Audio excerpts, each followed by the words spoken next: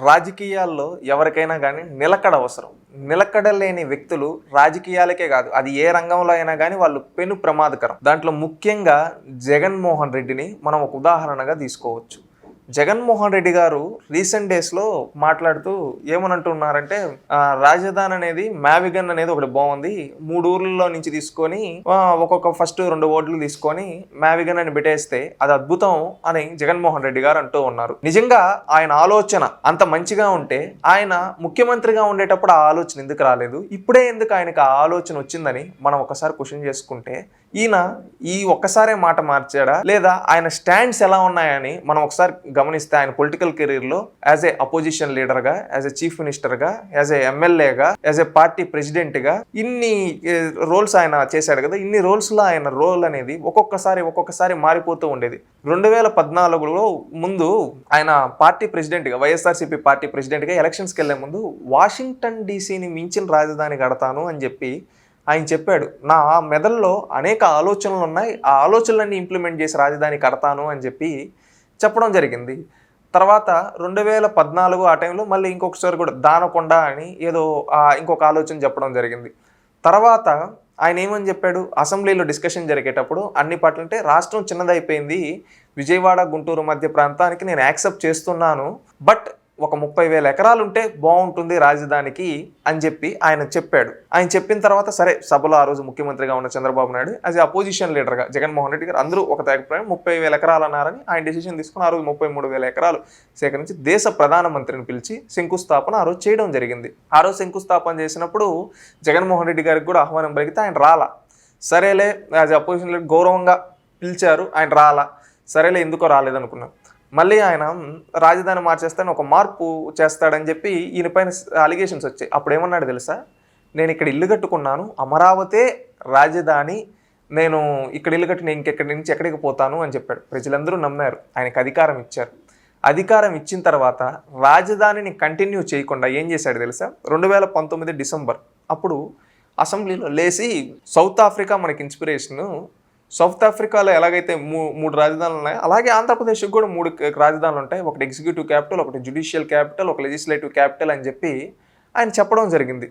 సరే, ఇదంతా చెబుతూ ఉన్నాడు జగన్మోహన్ రెడ్డి అని చెప్పి కొంతమంది వైసీపీ వాళ్ళు కూడా సరేలే ఇదేదో బాగుంది, 3 ప్రాంతాలు అభివృద్ధి చెందుతాయి కదా అనుకున్నారు. తీరా 3 ప్రాంతాలకి ఏమన్నా చేశాడా అంటే అది ఏం చేయలా. తర్వాత 2023 అప్పుడు ఏమన్నాడు తెలుసా, నేను ఉగాది అయిపోగానే వచ్చేస్తున్నాను వైజాగ్కి క్యాపిటల్, 2024 ఎలక్షన్స్ మా మేజర్ స్టాండ్ ఏంటంటే వైజాగ్కే క్యాపిటల్ అని మేము ఎలక్షన్స్కి వెళ్తామని చెప్పి వెళ్ళారు. వెళ్ళిన తర్వాత ప్రజలు మాకు 3 రాజధానులు వద్దు, ఎందుకంటే 3 రాజధానులు వద్దు అని చెప్పి తేల్చేశారు. అదేవిధంగా వైజాగ్ అంటే వైజాగ్ ప్రజలు ఎలాంటి తీర్పు ఇచ్చారు తెలుసా, హైయెస్ట్ మెజారిటీ తెలుగుదేశం పార్టీకి పార్లమెంట్లో సీట్ ఏం తెలుసా, వైజాగ్ 5 లక్షల పైన మెజారిటీ రావడం జరిగింది, అది రికార్డు మెజారిటీ. మళ్ళీ అదేవిధంగా 2024లో జరిగిన ఎలక్షన్స్ రిజల్ట్స్ టాప్ 2 మెజారిటీస్ ఎక్కడొచ్చాయి తెలుసా, 95,000, 92,000, 93,000 ఇవి వైజాగ్ పార్లమెంట్లోనే. అంటే వైజాగ్ ప్రజలు నువ్వు వద్దు, నీ రాజధాని ఆలోచన మాకొద్దు, ఎందుకంటే నువ్వు మమ్మల్ని ఏ విధంగా దోచుకుతున్నావో తెలిసి అక్కడ ప్రజలు తీర్పుతో తిప్పికొట్టారు జగన్మోహన్ రెడ్డిని. తిప్పికొడితే మళ్ళీ ఏమన్నాడంటే ఒకసారి, అసలు రాజధాని అనే పదమే రాజ్యాంగంలో లేదు అని చెప్పాడు. మళ్ళీ నేను ఎక్కడ కూర్చుంటే అదే రాజధాని అని ఆయన ఇంకొక సందర్భంలో కూడా ఇప్పుడు చెప్పడం జరిగింది. మళ్ళీ నాగార్జున యూనివర్సిటీలో ఎక్కడో ఒక 500 ఎకరాలతో పెట్టేస్తే సరిపోతుంది కదా అని చెప్పి అది చెప్పడం జరిగింది. ఈ విధంగా ఇన్నిసార్లు మాట మార్చిన జగన్మోహన్ రెడ్డి గారు ఎప్పుడు మనం గమనిస్తే ఇన్నిసార్లు మాట మార్చి ఏం చేశాడు ఫైనల్గా రాష్ట్రానికంటే ఏమీ చేసింది ఏమీ లేదు. ఒక ప్రాంతానన్న డెవలప్ చేశాడా అంటే లేదు. ఈరోజు వచ్చి మొన్న ఒక 2 రోజుల క్రితం మ్యావిగన్ వర్సెస్ అమరావతి అన్నాడు. మళ్ళీ ఆ పక్క రోజే విజయవాడే రాజధాని అని చెప్పి అన్నాడు. అంటే ఒక వ్యక్తి ఇన్నిసార్లు మాట మారుస్తున్నాడంటే అది నిలకడలేనితనమే కదా. ఇలాంటి నిలకడలేని వ్యక్తి రాష్ట్రాన్ని ముందుకు నడిపిస్తాడు, ప్రజలకేం దిశానిర్దేశం చేస్తాడని రాష్ట్రంలో ఉండే ప్రజలందరూ కూడా ఆలోచించుకోవాలి. ఎందుకంటే ఈ వ్యక్తి రాజధాని నిర్మించలేడు, రాజధాని డెవలప్ చేయడు, ఒక ప్రాంతాన్ని కూడా డెవలప్ చేయలేడు, ఒక ఊరును కూడా డెవలప్ చేయలేడు. కానీ మాటల కోటలు దాటుతాయి. ఈయనకేంటంటే ఈయన దగ్గర డబ్బు ఉంది, వీళ్ళ నాయన అధికారాన్ని అడ్డు పెట్టుకుని అక్రమ ఆస్తులు సంపాదించుకున్నాడు. సంపాదించుకున్న దాంతో ఇప్పుడు ఈ డిశ్చార్జ్ పిటిషన్లు ఇవి అవి కోర్టుల నుంచి తప్పించుకుంటూ ఉన్నాడు. తప్పించుకుంటూ ఉండి ఇప్పుడు ఏం చేస్తూ ఉన్నాడు ఇతను లాజికల్గా ఆ డబ్బు ఉంది కాబట్టి ఎంజాయ్ చేస్తూ ఇప్పుడు ప్రజల్ని డివైడ్ రూల్ పాలసీ చేయాలనే ఉద్దేశంతో ప్రాంతాల మధ్య చిచ్చులు, మతాల మధ్య చిచ్చులు, కులాల మధ్య చిచ్చులు పెడుతూ ఈ విధంగా రోజుకో మాట పూటకో మాట చెబుతూ ఏం చేస్తాడంటే ప్రజలను మభ్యపెడుతూ ఉన్నాడు. ఇలాంటి వ్యక్తి 5 ఏళ్ళు ముఖ్యమంత్రిగా చేసిన దానికి రాష్ట్రం ఎక్కడికో వెళ్ళిపోయింది. ఇప్పుడు ఇలాంటి వ్యక్తి మళ్ళీ వచ్చే విధంగా చెప్తుంది. ఇలాంటి వ్యక్తి మన రాష్ట్రంలో పాలిటిక్స్లో ఉండడానికి అనర్హుడు. ఇది లేకుండా చేయాలంటే ఇదేదో అతను ఏదో నార్మల్గా ఎలిమినేట్ చేస్తే కాదు, పొలిటికల్గా మన ఓటుతో ఎలిమినేట్ చేయాలి. అది యూత్ అంతా ఒక్కసారి ఆలోచించాలి. ఎందుకంటే ఇప్పుడు ఇన్నిసార్లు మాట మార్చి రేపు మళ్ళీ ఒకవేళ గవర్నమెంట్లోకి వస్తే ఇంకొక మాట మారుస్తాడు. ఇతనికి ఏముంది, మళ్ళీ ఇంకొక 5 years టైం పాస్ చేస్తాడు. ఈరోజు అమరావతి క్యాపిటల్ అని చెప్పడానికి 1,000,000 కారణాలు ఉన్నాయి. ఎందుకంటే ఆల్రెడీ అక్కడ మనం 30,000 పైగా ఎకరాలు సేకరించాము. అక్కడ ఆల్రెడీ మనం సెక్రటరియేట్ ఇవన్నీ కట్టాము. మళ్ళీ అదేవిధంగా క్వాంటమ్ వ్యాలీ మనం ఇవన్నీ డెవలప్ చేసుకుంటూ ఉన్నాం. ఈ విధంగా మనకు కావాల్సిన ఎవరైతే ఎమ్మెల్యేస్ కావచ్చు, గ్రూప్ 1 గ్రూప్ 2 ఎవరైతే ఐఏఎస్లు వీళ్ళంతా ఉన్నారు కదా, వాళ్ళకి కావాల్సిన ఏవైతే రెసిడెన్షియల్ కాంప్లెక్స్ ఉంటాయో అవన్నీ కట్టేయడం జరిగింది. దాంతోపాటు అక్కడ ప్రజలకి ఎవరైతే భూమి ఇచ్చారో వాళ్ళందరికీ ఆల్రెడీ ల్యాండ్స్ కూడా వాళ్ళకి ప్రభుత్వం తరపు నుంచి అలకేట్ చేయడం జరిగింది.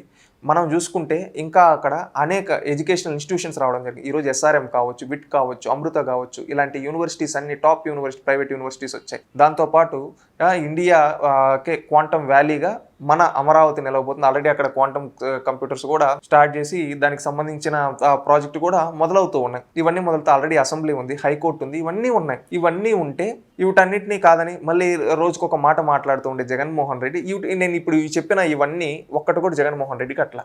ఎయిమ్స్ మంగళగిరి ఉంటే ఎయిమ్స్లో కొంచెం పేదవాళ్ళకి ఒక తక్కువతో వైద్య సేవలు అందిస్తారు.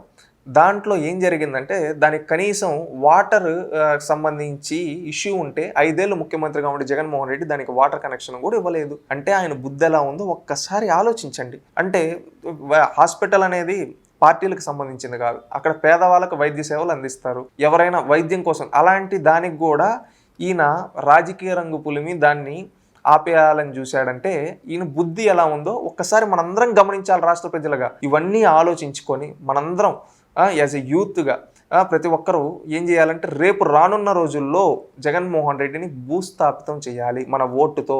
మనకేంటంటే రాజధాని అవసరం. ఈరోజు రాజధాని అమరావతి అనేది చంద్రబాబు నాయుడు గారు డిసైడ్ చేసి ఆ రోజు అందరినీ అడిగాడు. ఆయన ఏదో అందరినీ అడిగితే అందరూ ఓకే అన్నారు. జగన్మోహన్ రెడ్డి గారు కూడా ఓకే అన్నారు. తర్వాత 5 ఏళ్ళు నిర్వీర్యం చేశాడు. ఇప్పుడు మళ్ళీ రేపు ఎవడన్నా తుగ్లక్ వచ్చినా మార్చకుండా ఆంధ్రప్రదేశ్ అసెంబ్లీలో ఒక రెజల్యూషన్ పాస్ చేసి ఆ రెజల్యూషన్ని పార్లమెంట్కి పంపిస్తే పార్లమెంట్లో చట్టం చేయబడింది. పార్లమెంట్లో దాదాపు ఒక 50+ పొలిటికల్ పార్టీస్ ఏం చేశాయి, అందరూ అమరావతి ఆంధ్రప్రదేశ్ క్యాపిటల్ మేము సపోర్ట్ చేస్తున్నామని దేశం మొత్తం సపోర్ట్ చేసింది అమరావతికి, ఒక్క జగన్మోహన్ రెడ్డి తప్ప. ఇది మన కర్మ కాదా? ఎందుకంటే ఈరోజు దేశంలో ఉండే అన్ని రాజకీయ పార్టీలు అందరూ అమరావతి క్యాపిటల్గా ఉండాలి, అమరావతి అభివృద్ధి చెందాలి. ఆంధ్రలో రాష్ట్ర విభజన జరిగిన తర్వాత రాజధాని రాష్ట్రం ఏదైనా ఉందంటే ఒక ఆంధ్రప్రదేశ్. 5 ఏళ్ళు మనం ఎక్కడన్నా ఏదైనా స్టేట్కి వెళ్తే ఎన్ని అవమానాలు పడ్డామో ఒక్కసారి ఆలోచించమని చెప్తున్నాం. ఇన్ని అవమానాలు పడ్డామంటే దానికి కారణం ఈ జగన్మోహన్ రెడ్డి కాదా? ఈరోజు సగర్వంగా నా రాజధాని అమరావతి అని చెప్పుకుంటుంటే అందరం కలిసి దాన్ని అభివృద్ధి చేసుకొని రేపు అజరామంగా వెలిగే విధంగా మనందరం చేసుకోవాలి. కానీ దాన్ని ఆపేయాలనే కుట్రలో పడిన జగన్మోహన్ రెడ్డి వల్ల నష్టపోయేది ఎవరు? ఈ రాష్ట్ర యువత. ఈ రాష్ట్రానికి రాజధాని లేకపోతే అవమానం ఎవరికి? రాష్ట్ర ప్రజలకి. అందుకని రాష్ట్ర ప్రజలందరం ఒకటి ఆలోచించాలి. పూటకో మాట మార్చే, రోజుకో మాట మార్చే జగన్మోహన్ రెడ్డిని రాజకీయంగా మనం ఎలిమినేట్ చేయగలిగితేనే మనకు భవిష్యత్తు ఉంటుంది, మన పిల్లలకు భవిష్యత్తు ఉంటుంది. అది ప్రతి ఒక్కరూ ఆలోచించాలని కోరుతూ ఉన్నాం. ఎందుకంటే ఈరోజు వ్యక్తులుగా మనం ఎవరూ శాశ్వతంగా ఉండం. ఈరోజు ఏంటంటే ఇక్కడ జరిగే అభివృద్ధి శాశ్వతం. ఈరోజు కర్ణాటక వాళ్ళు ఎక్కడికి వెళ్ళినా మాది బెంగళూరు క్యాపిటల్ అని చెప్పుకుంటారు, తెలంగాణ వాళ్ళు ఎక్కడికి వెళ్ళినా హైదరాబాద్ అని చెప్పుకుంటారు, తమిళనాడు వాళ్ళు ఎక్కడికి వెళ్ళినా చెన్నై అని చెప్పుకుంటారు, ఉత్తరప్రదేశ్ వాళ్ళు ఎక్కడికైనా వెళ్ళినా లక్నో అని చెప్పుకుంటారు, గుజరాత్ వాళ్ళు ఎక్కడికైనా వెళ్ళినా గాంధీనగర్ అని చెప్పుకుంటారు, మహారాష్ట్ర వాళ్ళు ఎక్కడికి వెళ్ళినా ముంబై అని చెప్పుకుంటారు. మనం ఆంధ్రప్రదేశ్ ప్రజలుగా మనం ఏదని చెప్పుకోవాలి? మనకు ఒక రాజధాని ఉండాలి కదా, మన రాజధానిని మనం నిర్మించుకోవాలి కదా.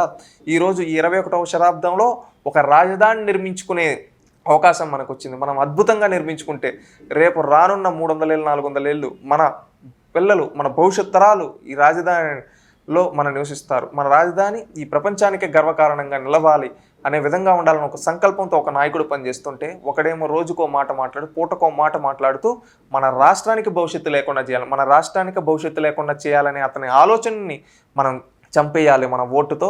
అతన్ని ఈ భవిష్యత్తు లేకుండా చేయాలనుకునే అతనికి రాజకీయ భవిష్యత్తు లేకుండా మనం చేయాలని చెప్పి రాష్ట్రంలో ఉండే యువతని ప్రజలందరినీ కోరుకుంటున్నాం. ఇదేంటంటే మన కోసం కాదు, మన భవిష్యత్ తరాల కోసం, శాశ్వతమైన మన రాజధాని కోసం అని చెప్పి తెలియజేస్తూ ఉన్నాం.